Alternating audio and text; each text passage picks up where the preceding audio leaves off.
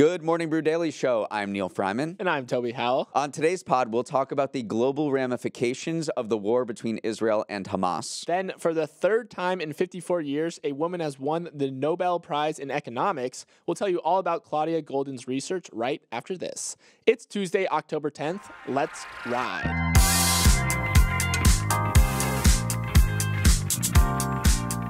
Toby, today is 10/10, also known as National Metric Day. The U.S. is still clinging to yards, gallons, and pounds. Why aren't we on the metric system? Well, whenever Congress considered a bill that favored the metric system, it was actually stopped by big businesses who didn't want to go through the time-consuming and expensive process of changing the country's entire manufacturing system that was already based on one measuring system. Also, and this is true, people genuinely believe that the United States should keep our system because it sets us apart from other countries and symbolize our status as a world leader rather than a follower. I just like saying I'm 6'1" rather than 1.85 meters, so I'm team imperial. Yeah, can you imagine first and 10 meters? It sounds horrible. All right, Neal, before we jump into the news today, let's hear a quick word from our sponsor, Yahoo Finance. Now, we're fans of Yahoo Finance over here at MBD because it sets us up to succeed on this show every morning. I can get into the weeds on a certain stock and see if it's a contender for stock of the week, dog of the week. And I can dig into the headlines to find arguments to support why I don't think pickleball will ever be a real sport. So if you like going deeper than just the headlines, or you're a pickleball hater, check out finance.yahoo.com. That's finance.yahoo.com. Okay, we're going to begin today's show discussing the story gripping the world, which is the outbreak of war between Israel and Hamas. The violence began on Saturday morning when Hamas terrorists launched a surprise attack from Gaza into Israel, massacring hundreds of people and taking dozens of civilians back to Gaza as hostages, including children, the elderly, and American citizens. Hamas, which has control of the Gaza Strip and is considered a terrorist group by the U.S. and the EU, threatened yesterday to kill the hostages if Israel bombs Palestinian civilians unannounced. In response to what experts are calling its 9/11 or Pearl Harbor moment, Israel declared war on Hamas, mobilized hundreds of thousands of reservists, and ordered a complete siege of Gaza, a small and densely populated strip of land home to more than 2 million Palestinians, most of whom live in horrific conditions. Israel and Egypt have maintained a blockade of Gaza for 17 years, and Israel said it would cut off food, fuel, and other supplies to the territory as it pummels it with airstrikes and seeks to dismantle Hamas. Already, those airstrikes have killed hundreds of Palestinians living in Gaza, including dozens of children. While this conflict is ostensibly regional, the impacts are global. Western leaders have condemned Hamas and asserted Israel's right to defend itself. Israel and Palestinian supporters have staged dueling protests in cities like New York and London. Tensions are running high on American college campuses. U2, performing in the Las Vegas Sphere this weekend, changed the lyrics of one of its songs in memory of the 260 people killed by Hamas at a music festival on Saturday. A big question for investors is whether this conflict will escalate beyond Israel and Gaza to become a proxy war between major global powers. That concern is already impacting global markets. Oil prices have jumped early this week over concerns major crude producer Iran might get involved. Iran has supplied Hamas with weapons and technology for decades, and there are some rumbles it played an active role in this attack. Yeah, it has been very interesting to see how the global markets have been reacting to this conflict. Obviously, you had defense stocks that kind of jumped right on the news of conflict breaking out. Northrop Grumman, Lockheed Martin, Raytheon all opened the green. They actually all led the S&P as the top 5 performers yesterday as well. But then you also have some industries that you wouldn't immediately think about.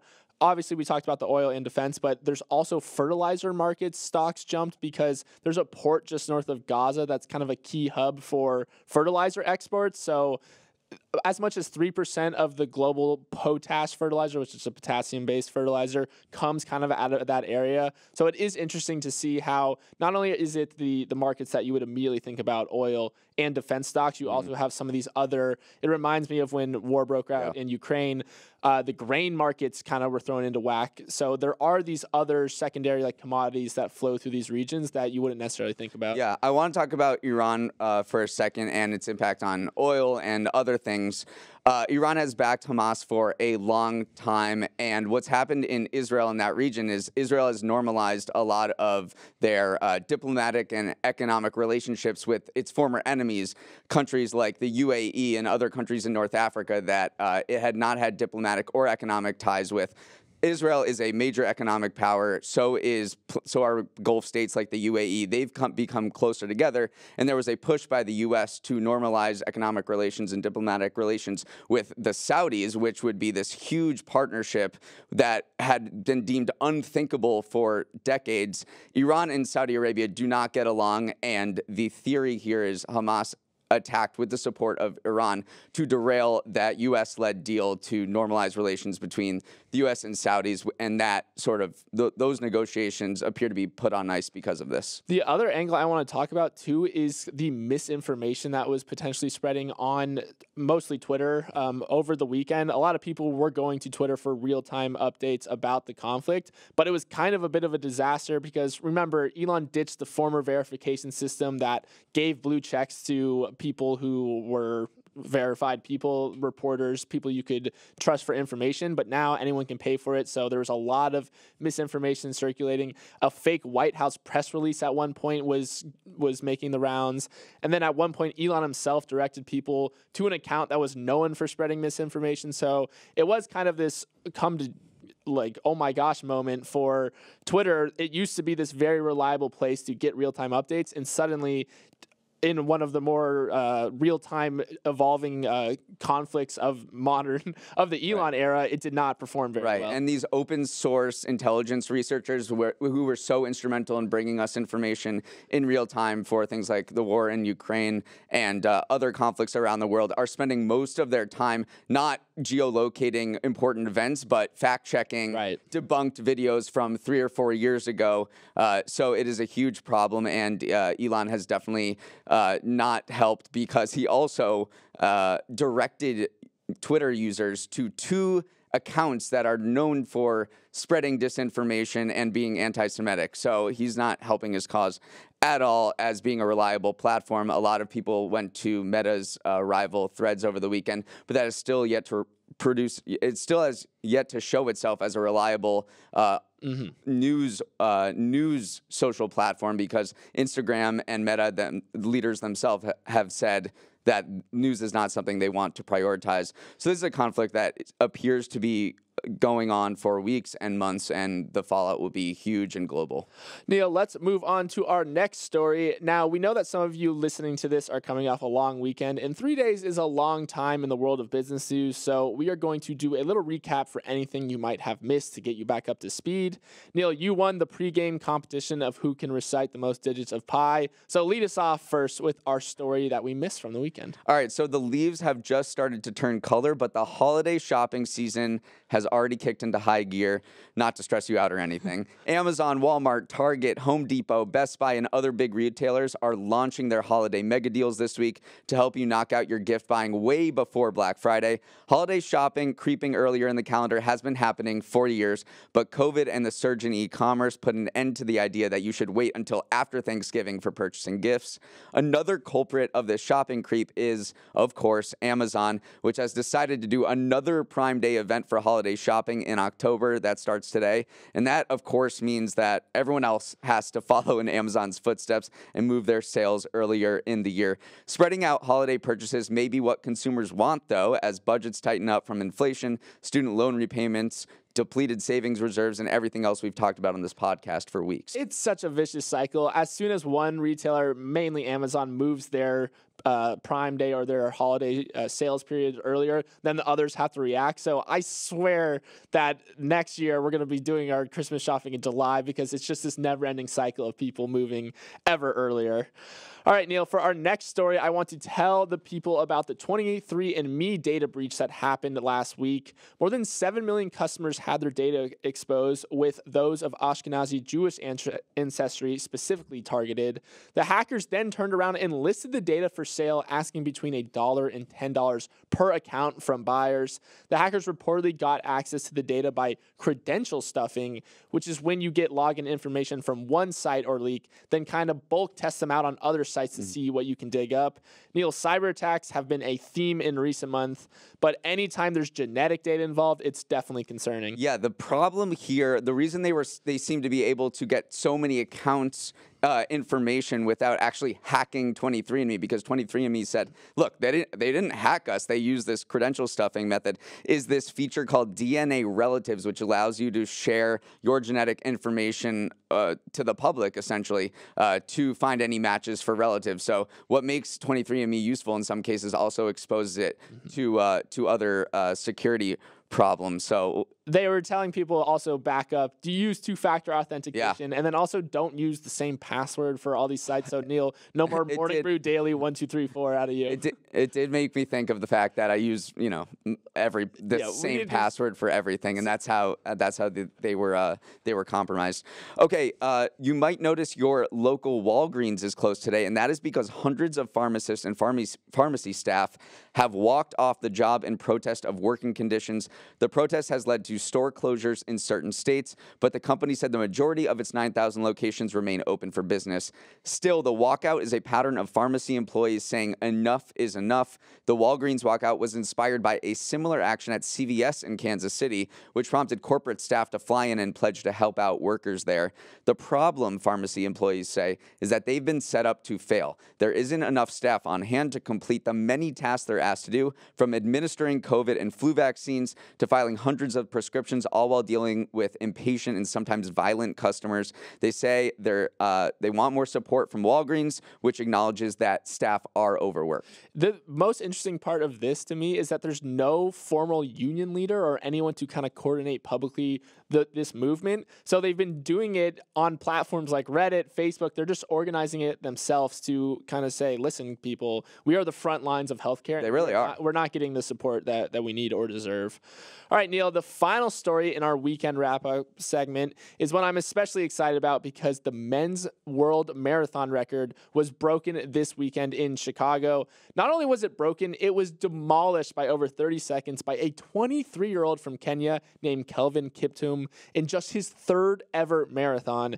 This was an insane run, Neal. He literally said after the race that the world record wasn't even on his mind going into it, but then he realized he was feeling good and almost ended up threatening that mythical 2-hour barrier that has yet to be broken in a certified marathon. Neal, although it's cool to see a world record broken, I am sad because my favorite runner, the GOAT, Eliud Kipchoge, lost the record, and at 38 years old, I don't know if he's getting it back anytime. Really? You don't think so? Well, anyway, the number that stood out to me is to do a marathon in 2 hours and 18 seconds, or 18 minutes? 2 hours and 38 seconds, yeah. 2 hours, 38 seconds is the fact that this is a 4 minute and 34 second mile. Unbelievable. Right? Yeah. That is the pace. I can't even fathom that. It is truly unfathomable. The question that always gets asked whenever these world records are getting broken is how much are the shoes factoring into play? And what was interesting is, remember, 2 weeks ago, the women's world record was broken, and that was broken by a woman wearing these new $500 Adidas shoes that are single-use $500 shoes because the foam is so delicate that as soon as you run one race in them, they say it doesn't perform the same anymore. So I was a little nervous that Adidas was going to take over and that these shoes were truly mythical, but these were run, the Kiptum ran it in the same old Nikes that, again, kind of set off this whole craze. They still have a carbon fiber plate in them, but there's always a shoe debate whenever these records are falling because they're falling literally like faster than ever. Okay, so when is someone going to break the 2 hour barrier? I'm literally thinking next year because this is his third marathon. He's only 23 years old. I'm going to say with 100% certainty it's going to be broken at some point. All right, you heard the man. You heard the man here because he's 23. Kipchoge's 38, and he's been inching it down, so he's got a lot of years left. Truly amazing. All right, Neal, we have a quick break coming up, but stick around because we're talking Nobel Prize in economics after this. Yesterday, the Nobel Prize in Economics was awarded to Claudia Goldin, a Harvard professor who has largely shaped our thinking on the gender pay gap and why it persists, even now as women have higher educational attainment than men in advanced economies. With her award, Goldin is just the third woman to be awarded the Economics Prize since 1969 and the first woman to win it solo. I follow a lot of economists on social media, and to a T. They said she was extremely deserving, and economists don't agree on anything. One of Golden's key insights from her work is to show that women's wages are persistently lower than men's, a 13% deficit currently, mainly because of the unequal dynamic in child rearing. Women's career prospects and earnings take a major hit because they are tasked with raising kids more than men are. Here's an example. In one study, Golden and others looked at MBA students graduating from the University of Chicago from 1990 to 2006. Right after graduation, the researchers found no gender gap in employment for wages. But 10 years later, women had taken off an average of 1 year from work, while men had taken off only 1.5 months. This implies that women take on the majority of childcare duties and get a wage penalty for doing so. Golden was instrumental in figuring out the gender pay gap. Yeah, she explained the last 200 years of women in the workforce, essentially. Another thing I found interesting from her research was that women's participation in the workforce has not ticked upwards consistently. It actually is a U-shaped graph. So literally starting 200 years ago, kind of in a more agrarian society, women's participation was very high in the workforce because you just needed people to farm the fields and to subsist in an economy like that. But then it slowly ticked downwards as industrialization hit, and then is now ticking back upwards now that contraceptives, expanding education, and social norms have shifted a little bit. So we kind of think about women's participation in the workforce as this thing that is always just growing, but it started very high, decreased dramatically, and then is back up. And that's because the place of work changed. When it was farming, the home and work were one and the same. When industrialization happened and people started to work in factories, that meant women had to leave the house to go to work, and that is just untenable for many women. So that's why you saw labor force participation drop in the early 20th century. Now it's back up, and this July, actually, women's labor force participation in the U.S. hit a record high coming out of the pandemic. That could change now with this childcare cliff, with a lot of with $12 billion in funding from the U.S. government drying up to support childcare services. And we know that this could be a big deal because of Golden's research over the past 200 years and really identifying the key barriers for women's career prospects, which is really motherhood. Yeah, I am going to miss Nobel Prize season. It was very fun talking. We got to talk about Nobel Prize in medicine. Next year we'll hit mathematics and some of the more deeper fields, but this was fun. I'll remember it until next year. And they always get a call early. They always get a call at 4 a.m. and they're always sleeping. I don't know why they don't just wait till 7 or 8 a.m. in the East when people are awake in the East Coast. I do love those calls though. When they find out, it's such a good feeling. All right, Neal, it is Tuesday, so we're gonna hit the people with a little bit of Toby's Trends, where I, a young whippersnapper who can still touch his toes, educate you, a wise millennial with some tightness in his hamstrings, about a trend that I've had my eye on recently. And that trend is something called coffee badging. So as we all know, we live in an era where remote and hybrid work have settled in as part of the reality of working in America. But what has also settled in as a reality is that 58% of hybrid workers admit to coffee badging, according to a survey from Owl Labs, which is when you go into the office for a morning coffee, check in and earn whatever imaginary badge you might get for showing face, then dip out and go work from home for the rest of the day. Now, there's a variety of reasons for doing this. People say they are more productive from home, or they want to beat whatever hellish commute awaits them. But whatever the reason for people doing it, I'm happy they are, because it gives us a chance to discuss this new trend, Neal. This is a trend that's actually happening. Yeah. I mean, for quiet quitting, all that other stuff, like bare minimum Mondays, all of that other workplace jargon stuff that's come after COVID, I'm a little dubious about. I see this happen every day, and I've admittedly done this myself many times. If you don't have a long commute, I do want to kind of qualify this by saying you need not a long commute for this. You need to be in a particular white-collar job. It is not available. Coffee badging is not available to the majority of the workforce. But if you're a white-collar worker who's been called in 3 days a week, you can kind of just go in, show face, have a meeting or two, and then dip back home. I'm kind of also into the idea of reverse coffee badging, though, which is when you start the day from home, kind of get most of your deep work done, then you commute into the office at a time where your commute is less bad, and then finish out the day there. I'm a big fan of changing locations for work. Like, I don't like being in one place for too long, so that's why I'll go to a coffee shop or stay in the office or go home. So I'm into the idea of reverse coffee badging, so that maybe is our trend for for next week. I think big tech companies do not like this. I mean, Bloomberg, for example, checks your badge when you badge in and badge out. So that there are certain workforces that are clamping down on this, and not only checking that you come in 3 days a week as per requirements, but that you stay there the whole time. Because I don't know, I just have friends who work at Bloomberg, and they're like, you know exactly when someone checks in and when someone checks out. And I think a lot of other big tech companies are ramping up their surveillance to require more, tapping of the badges so they have a record of when you're there. I think that's such a bad idea. No one wants to feel like they're, you're checking in for school or something like that, held against your will or something like that. I think that's a short-sighted. Of course, it might increase productivity in the short run, but in the long run, I think you're alienating some of the trust aspects. So we support coffee badgers. Yeah, I'm all in. Okay, let's go finally to our week ahead section, where it's Tuesday, but we didn't have a live show yesterday. So let's just preview what you can expect for the week ahead, because it is going to be busy.